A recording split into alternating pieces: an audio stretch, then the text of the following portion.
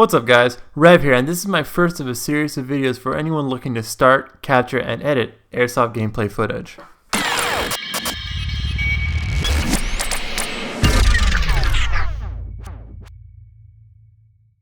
I got this idea from subs who messaged me on YouTube and Instagram asking how I made some of my Airsoft gameplay videos. This series will primarily focus on anyone interested or starting to capture and edit their gameplay. I will show you some tips and tricks that I use in my videos and share them with you. Word of note, I'm not an expert, and these guides are for beginners or anyone looking to improve. If you have any comments that can help other people or even myself, leave them in the comments section below for everyone to read. For this part, I will focus on different camera options that are out there and provide my experience of them. These cameras range in price and quality, and I will address all of that in this video, and at the end, I will provide a final recommendation. I will also put an annotation right now and at the end of this video for any other cameras that I review in the future. Now let's get started. First is the Contour Roam 3. I use the Contour as a secondary camera that supplemented videos from my primary camera that was mounted on my helmet. The pros of the Contour is its simple point and shoot design with a laser to see what you'll be recording.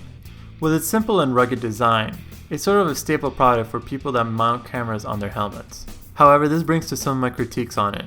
The Roam 3 only shoots in 30 frames per second, and the quality isn't as good as some of the cameras I'll be discussing later.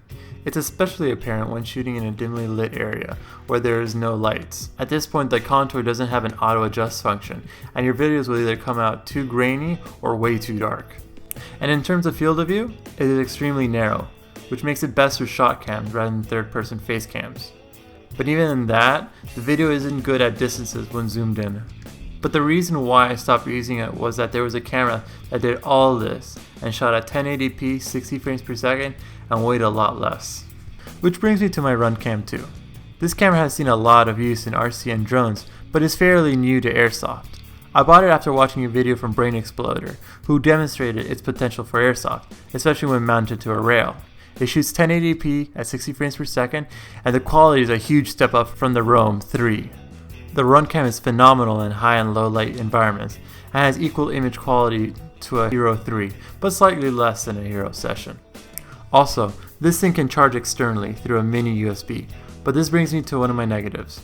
The production of this camera isn't up to snuff like Gopro or even a Mobius, and I found that the port to charge it was very picky with the cables that I took. This is where my next camera came in.